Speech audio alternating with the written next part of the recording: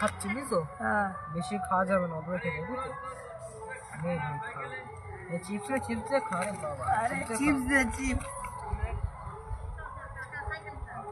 একটু খাবে চ। এই যে মজা শেষ হয়ে গেল, মজা শেষ হয়ে গেল। মজা প্ল্যান আছে, শুনবি? বল। বলবো? বলি তাহলে। বল। কি বলি?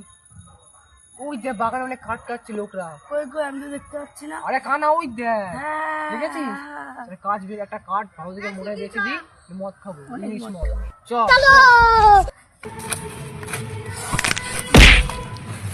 কে বললো আমাকে?